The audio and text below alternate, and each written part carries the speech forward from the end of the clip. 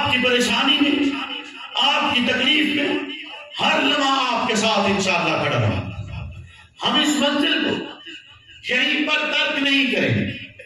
ہم نے اپنے والد سے سیکھا یہی ہے کہ حالات سے لڑا جاتا ہے، حالات سے دبا نہیں جاتا۔ ہم حالات سے دبے نہیں، ہم حالات کا مقابلہ کریں گے۔ اما بعد فاعوذ باللہ من الشیطان الرجیم، بسم اللہ الرحمن الرحیم۔ محمد رسول اللہ والذین معه اشداء علی الکفار رحماء بینہم۔ قال النبی صلی اللہ علیہ وسلم اصحابی کالنجوم فبیہم مقتدیتم اہتدیتم، او کما قال صدق اللہ وصدق رسولہ النبی الکریم۔ درود پاک پڑھ لیجیے۔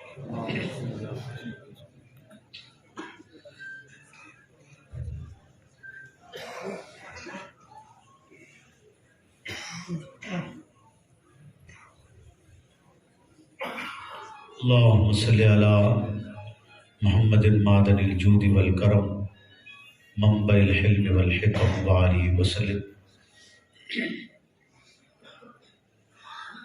محمد سے پیار کرتے ہیں، تیرا احسان ہے مولا، ہماری بخشش کا بس یہی سامان ہے مولا۔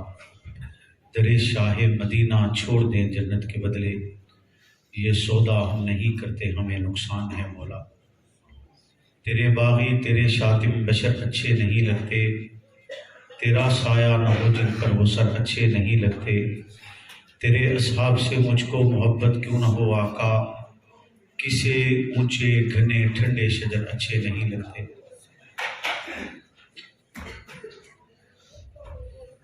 میرے واجب الاحترام دوستوں بزرگوں،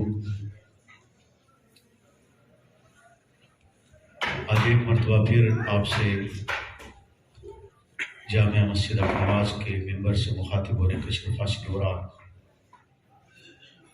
اللہ کے عالم سے دعا گو ہوں کہ وہ مجھے حق اور سچ کہنے کی توفیق عطا فرمائے، اور حق اور سچ کہنے کے بعد مجھے اور آپ کو اس پر عمل پیرا ہونے کی توفیق عطا فرمائے۔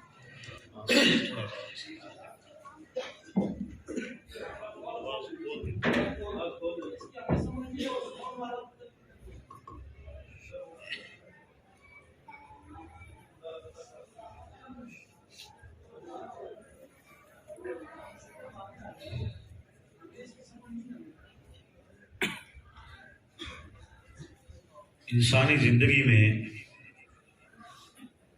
سب سے زیادہ عمل جس شے کا موجود ہے اسے ایمان کہا جاتا ہے۔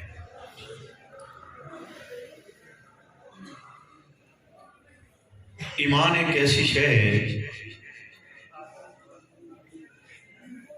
جو انسان کی دنیا اور آخرت دونوں کو بہترین بنانے میں کردار سر انجام دیتی ہے۔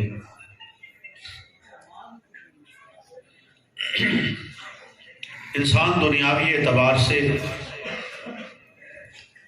بھلے جتنا طاقتور ہو، دولت مند ہو،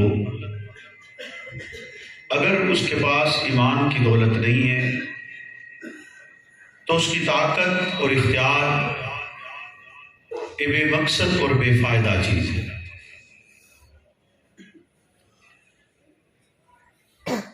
ایمانی اعتبار سے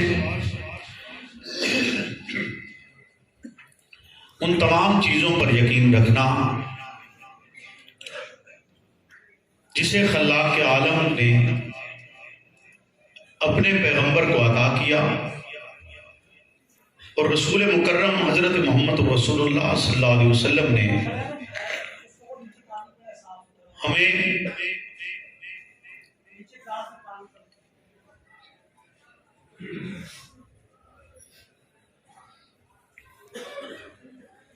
رسول مکرم حضرت محمد رسول اللہ صلی اللہ علیہ وسلم نے ہمیں سکھلایا۔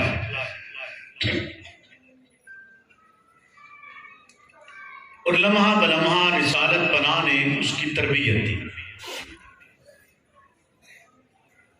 اور اس کی تربیت دیتے ہوئے رسالت پناہ نے ایک منظم منظم جماعت تشکیل دی۔ رسول اکرم اعلان نبوت سے قبل فلاحی کاموں میں بھی حصہ لیتے اور اپنے انداز و اعتبار سے لوگوں کو ایک ترتیب کی طرف راغب کرتے چلے گئے، اور وہ ترتیب کیا تھی کہ جس نے فاران کی چوٹی پر رسالت پناہ کے جواب میں یہ الفاظ ادا کیے تھے کہ آپ سے زیادہ صادق، آپ سے زیادہ امانتدار، آپ سے زیادہ دیانتدار، آپ سے زیادہ بہترین اخلاق کا مالک شخص آج تک نگاہ نے نہیں دیکھا ہے۔ حتیٰ کہ اگر ایسا موقع آتا ہے کہ جس موقع پر تمام قبائل قریش کے اس بات پر متفق ہو جاتے ہیں کہ حجر اسود کو اس کے مخصوص مقام پر وہی رکھے گا جو سب سے پہلے بیت اللہ میں داخل ہوگا، یعنی اس کے عزت اور شرف کو حاصل کرنے کے لیے، اس مقام کو حاصل کرنے کے لیے، اس آپ کہہ لیں کہ شرف کو پانے کے لیے قبائل مکہ کے درمیان جب دوڑ لگی ہوئی تھی اور خواہش یہ تھی کہ ہر ایک دوسرے سے آگے بڑھ جائے، ہر ایک دوسرے سے افضل قرار دیا جائے، ہر ایک دوسرے سے شرف پا دے، اسی بات پر اتفاق کر کے وہ رات کو اٹھتے ہیں کہ صبح جو شخص سب سے پہلے بیت اللہ میں داخل ہوگا وہی اس کو حجر اسود کو اس کے مقام پر رکھے گا اور یہ شرف حاصل کرے گا کہ اللہ کے گھر کے اندر جنت سے آئے ہوئے اس پاک پتھر کو اس نے ٹھکانہ دیا ہے۔ اور اگلے دن میں جب رسالت پناہ تشریف لائے تو آپ نے بجائے اس کہ آپ بذات خود وہ پتھر اٹھا کر رکھ دیتے، اور جو کہ آپ کا حق بھی تھا کہ اصولاً جو بات قریش مکہ نے طے کر چھوڑی تھی کہ جو سب سے پہلے داخل ہوگا وہی اس پتھر کو بیت اللہ میں رکھنے کا شرف حاصل کرے گا، لیکن اس کے باوجود رسالت پناہ نے اس پتھر کو وزارت خود صرف رکھنے کی بجائے تمام قبائل کو اکٹھا کر کے پھر ان سب کو اس کا حصے دار بنا کے آپ نے اس پتھر کو جوڑ دیا۔ یہ ایک سلسلہ تھا جو رسالت پناہ نے اعلان نبوت سے قبل شروع کر رکھا، جس میں خیرات کا سلسلہ بھی جاری، مساکین کو کھانا کھلایا جاتا ہے، امانتیں محفوظ کرنے کا سلسلہ بھی جاری، جس کی بدولت لوگ اپنی امانتیں آپ کے پاس رکھواتے ہیں اور آپ سے زیادہ دیانتدار کسی کو نہیں سمجھا جاتا ہے۔ غرض بات کرنے کا مقصد یہ کہ رسول اکرم نے محض انسانیت کے سامنے لا الہ الا اللہ محمد رسول اللہ کا صرف دعویٰ نہیں کیا ہے، اعلان نہیں کیا ہے، بلکہ اس اعلان سے قبل رسالت پناہ نے ایک مستقل کردار پیش کیا ہے، جس کردار کی بدولت فرعون کی چوٹی پر لا الہ کہنے سے قبل انسانیت کو یک زبان یہی الفاظ کہنے پر مجبور تھی کہ آپ صادق، آپ امانتدار، آپ دیانتدار، آپ انسانیت کی معراج پر موجود ہیں۔ رسالت پناہ نے اعلان نبوت کے ساتھ ایک کام کا آغاز کیا اور کرتے کرتے مکہ کی اس وادی میں جہاں تمام تر قبائل بالآخر آپ کے خلاف ہو گئے. وہی زبانیں جو آپ کی تصدیق کرتی تھیں آپ کی تنقید کرنا شروع کر دی گئی. لیکن رسالت پناہ نے اس سلسلے کو چلایا اور ایک منظم جماعت ترتیب دی اور اول 13 سالوں کی مدت میں تمام تر تکالیف کو خود بھی برداشت کیے اور ان کے کارکنان نے بھی برداشت کیا ہے. لیکن تمام تر تکالیف کے برداشت کرنے کے بعد بالآخر آپ نے ہجرت کی ہے. اور یہ بھی بذات خود ایک تکلیف تھی کہ اگر سمجھا جائے وطن چھوڑنا پڑے, کنبہ قبیلہ چھوڑنا پڑے, جائے پیدائش چھوڑنی پڑے, گھر بار چھوڑنا پڑے اور چھوڑ کر ایک نگر سے دوسرے نگر انسان سفر کر لے تو ظاہر سی بات ہے اس کے لیے ایک بہت مشکل عمل ہے. لیکن رسالت پناہ دین متین کے تحفظ کے لیے, دین متین کے اعلاء کے لیے, اس کی بقا کے لیے ہر ایک قربانی دی ہے اور کسی قربانی سے دریغ نہیں کیا ہے. اور نتیجتاً آپ سمجھتے ہیں اور آپ بخوبی واقف ہیں کہ ایک بہترین نظام اس کائنات میں قائم ہوا جس نظام کو نظام خلافت راستہ کہا جاتا ہے. یہ نظام خلافت راستہ یہ وہ نظام محض نہیں جسے آج تک یہ سمجھا جا رہا ہو کہ یہ صرف خلفائے راشدین کا نظام ہے, حضرت ابوبکر, حضرت عمر, حضرت عثمان اور حضرت علی کا نظام ہے. یہ وہ نظام ہے جو رسالت پناہ کی تربیت کے نتیجے میں وجود میں آیا ہے. یہ وہ نظام ہے جو پیغمبر کا عکس ہے. یہ وہ نظام ہے جسے پیغمبر نے خود ترتیب دیا ہے اور اس طرح مثالی بنایا کہ زمانہ آج تک اپنی کامیابی اگر چاہتا ہے اور جو معاشرے آج تک کامیابی کے راستے کی طرف گامزن ہے وہ اسی بنیاد پر گامزن ہے کہ وہ نظام عدل پر, نظام صداقت پر, نظام دیانت کی طرف گامزن ہے. اور نظام صداقت, نظام دیانت, نظام عدل یہ وہی نظام ہے جو نظام خلافت راستہ ہے. یہ اسی کے نتیجے میں نکلا ہوا ہے. لیکن ہر شخص نے اپنی پسند کے مطابق اس میں سے چیزوں کو اختیار کیا, اپنایا اور اس کے نتیجے میں کامیابی حاصل کرنا شروع کی. رسالت پناہ نے جو تربیت دی جس کے نتیجے میں ایک جماعت ترتیب پائی, ایک نظم بنا, ایک شکل بنی اور پھر اس جماعت نے 64 لاکھ مربع میل پر حکمرانی کی اور حکمرانی کی مثال قائم کی. ایسی مثال کہ راحتی دنیا تک انہیں یاد رکھا جائے گا. تاریخ میں ان کے نام سنہرے حروف سے موجود ہیں. انہوں نے جہاں یہ تربیت اور ماحول پیدا کیا ہے تو اس کی بنیادی وجہ وہ ایمان اور عقیدہ ہے جو رسالت پناہ نے انہیں سکھلائے, جس کی رسالت پناہ نے انہیں تربیت دی ہے اور تربیت مسلسل دی ہے, لگاتار دی ہے, بغیر کسی وقفے کے دی ہے اور ایک مثالی جماعت کو تشکیل دیا ہے. اس مثالی جماعت نے ایمان اور عقیدے کی بنیاد پر 4 دانگ عالم نے کامیابی بھی حاصل کی ہے, 4 دانگ عالم کو نظام بھی دیا ہے, 4 دانگ عالم نے فتوحات بھی حاصل کیے. لمحاتی تقسیم, لمحاتی شکست کو پسے پش ڈالتے ہوئے اگلی فتح کے راستے کی طرف کمر بستہ ہوئے ہیں.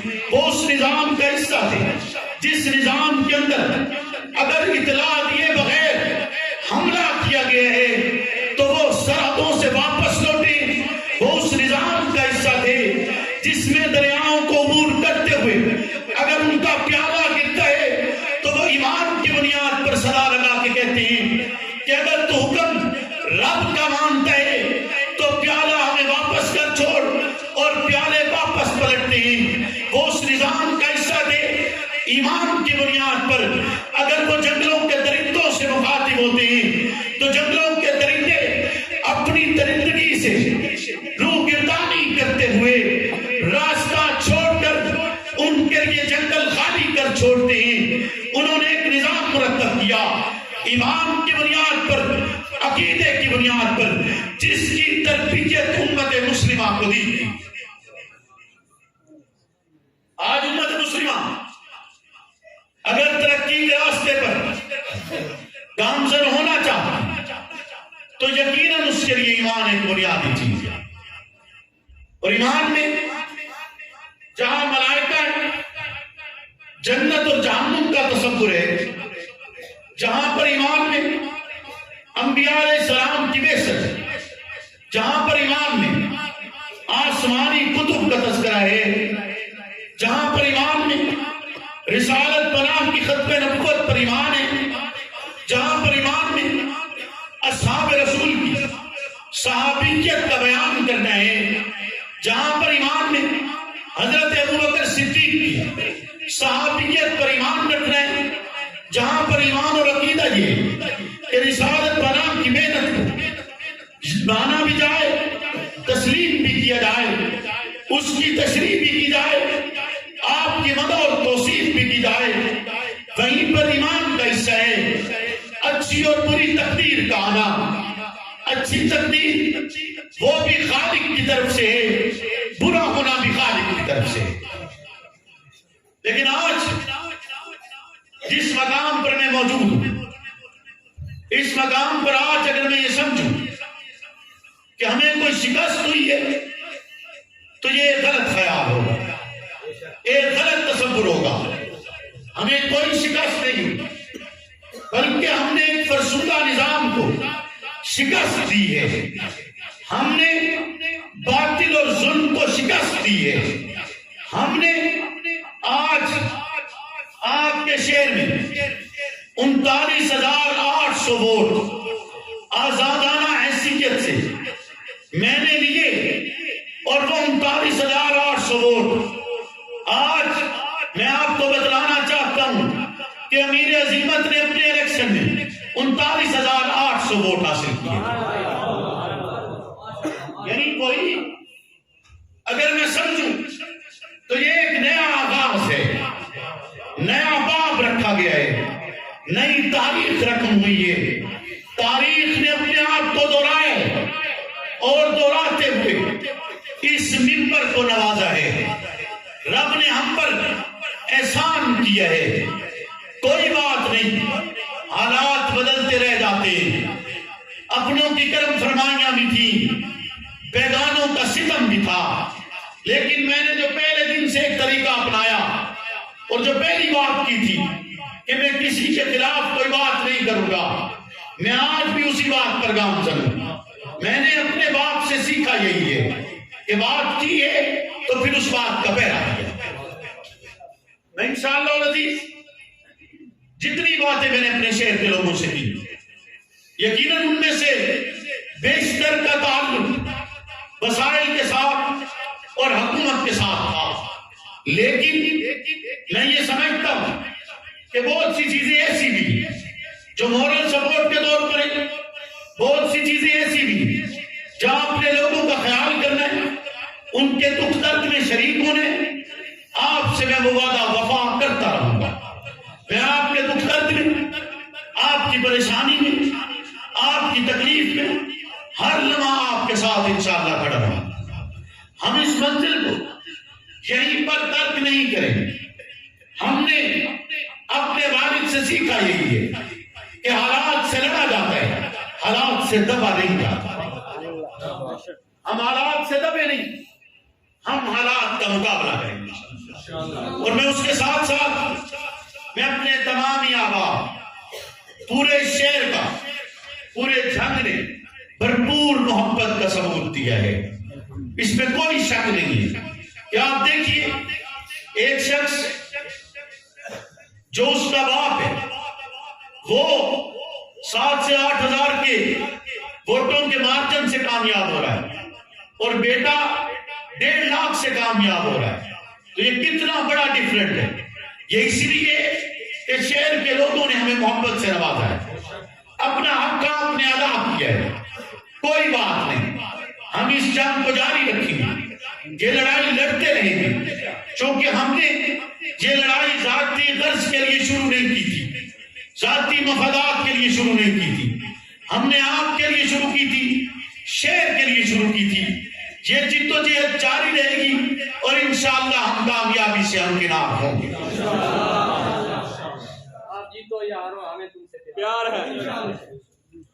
خلاق عالم ہم پر احسان کیا ہے، اللہ کریم کی مہربانی ہوئی، بہت ساری چیزیں، بہت سارا کچھ واضح ہو گیا، بہت سے حالات واضح ہو گئے۔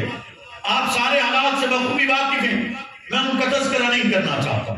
میں ایک بار پھر اپنے تمامی احباب کا مشکور ہوں۔ جنگ ڈیولپمنٹ کے حوالے سے جو ایک گروپ کام کرتا رہا مولانا معاویہ اعظم صاحب کی سرپرستی میں اس گروپ کا بھی مشکور ہوں، انہوں نے ساتھ دیا۔ بھائی ارشد محمود عطا صاحب یہاں پر موجود ہیں، انہوں نے بطور کونسلر ہوتے ہوئے تمام تر چیزوں کو چھوڑتے ہوئے ہمارے ساتھ کھڑے ہوئے، میں ان کا مشکور ہوں۔ میں اپنی ساری ٹیم کا، عبدالوحید صاحب ہیں، حافظ صدیق صاحب ہیں، حافظ سجاد صاحب ہیں، بابر صاحب ہیں، عثمان بھائی ہیں، فرقان صاحب ہیں، دیگر بہت سے لوگ ہیں، یقیناً میں اگر سب کا نام اس وقت نہیں لے سکتا۔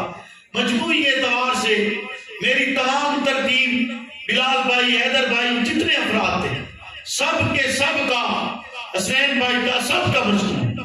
یقیناً میں سب کا اس وقت نام نہیں لے سکتا، ایک طویل ترین فہرست ہے، لیکن میں مجموعی اعتبار سے ان سب کا بھی مشکور ہوں۔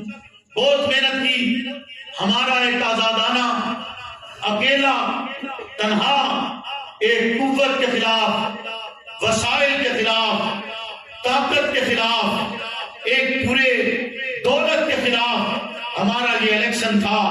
اللہ رب العزت نے ہمیں اس میں بہت بڑی کامیابی عطا کی ہے، ہمیں ہمارے قدموں پر کھڑا کیا ہے۔ اور میں اس کے ساتھ ساتھ اپنی ضلعی انتظامیہ سے کہنا چاہتا ہوں کہ ڈپٹی کمشنر ہو چاہے ڈی پی او جان، ہم کسی قسم کا کوئی ظلم برداشت نہیں کریں گے۔ ہم اپنے لوگوں کے لیے آخری حد تک لڑیں، ہم کوئی ایسا رویہ قدم برداشت نہیں کریں گے جس کے ساتھ آپ ہمارے لوگوں کو پریشان کریں یا تنگ کریں۔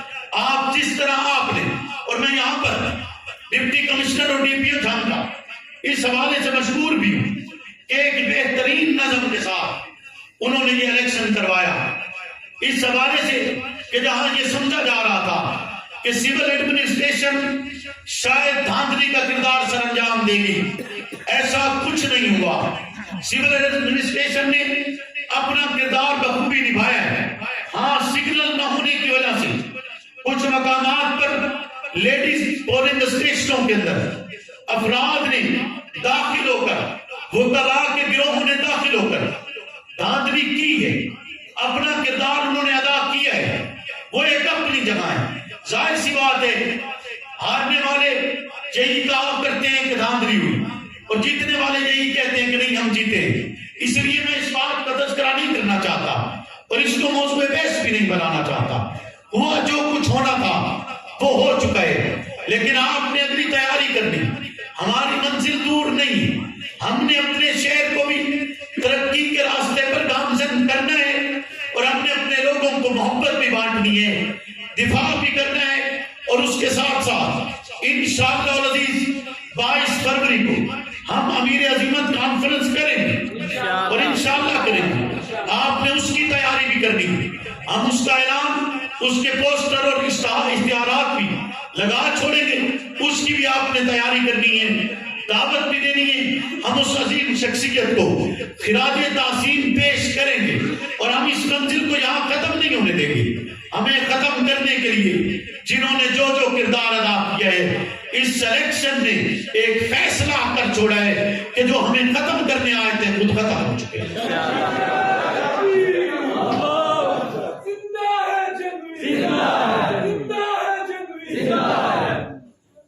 آج جس انداز سے اس الیکشن نے فیصلہ دیا، یقیناً اگر گریبانوں میں جھانکا جائے تو افسوس ضرور ہوگا کہ کاش اس طرح کے کردار سر انجام نہ دیا جاتا۔ اگر یہ نہ دیا جاتا تو ہو سکتا ہے رزلٹ اس سے کچھ مختلف ہوتا، ہو سکتا ہے دونوں سیٹوں کا مختلف ہوتا، لیکن چونکہ موضوع بحث نہیں، میں بات کوئی نہیں کر رہا، تذکرہ بھی نہیں کر رہا، ایسا بھی ہوا بہت سے پولنگ اسٹیشن ایسے تھے جہاں پر آپ کو ووٹ پڑ رہا تھا، لیکن وہاں پر چند گنڈے داخل ہوئے، انہوں نے تشدد کا راستہ اختیار کیا اور ایک آواز لگ گئی کہ جی مولوی صاحب کے گنڈے ہیں۔ اس کے نتیجے میں بھی ہمیں ڈیمیج پہنچا، چونکہ ہم تشدد اور قتل و غارت کے راستے پر نہیں ہیں۔ ہمیں ایک امن کے ساتھ اپنے نظریاتی ماحول کو ساتھ لے کر چلتے ہوئے ہم ایک فلاح اور بہتری کے سفر پر گامزن تھے۔ اس وجہ سے بھی کچھ ماحول خراب ہوا، لیکن ظاہر سی بات ہے ہر عمل کرنے والا اپنے عمل کے کردار میں اپنی سزا کا مستحق ہوتا ہے۔ وہ اپنی سزا پائیں گے جنہوں نے ایسا کچھ کیا ہوگا، اور جنہوں نے خیر بانٹی ہے وہ اپنی خیر حاصل کریں گے، وہ بہتری حاصل کریں گے انشاءاللہ العزیز۔ ہمارا یہ سفر رکے گا نہیں، چلتا رہے گا۔ آپ نے جس محبت سے نوازا ہے میں آپ کا احسان مند ہوں، آپ کا ہی نہیں پورے شہر کا احسان مند ہوں۔ میں انشاءاللہ آپ کی محبتوں کو اسی طرح میں آپ سے کہہ رہا ہوں کہ یقیناً حق نہیں ادا کر سکتا، کوشش ضرور کروں گا کہ کچھ نہ کچھ حصہ آپ کو دیتا رہوں۔ اللہ رب العزت میرا اور آپ کا حامی و ناصر ہو۔ وما علینا الا البلاغ۔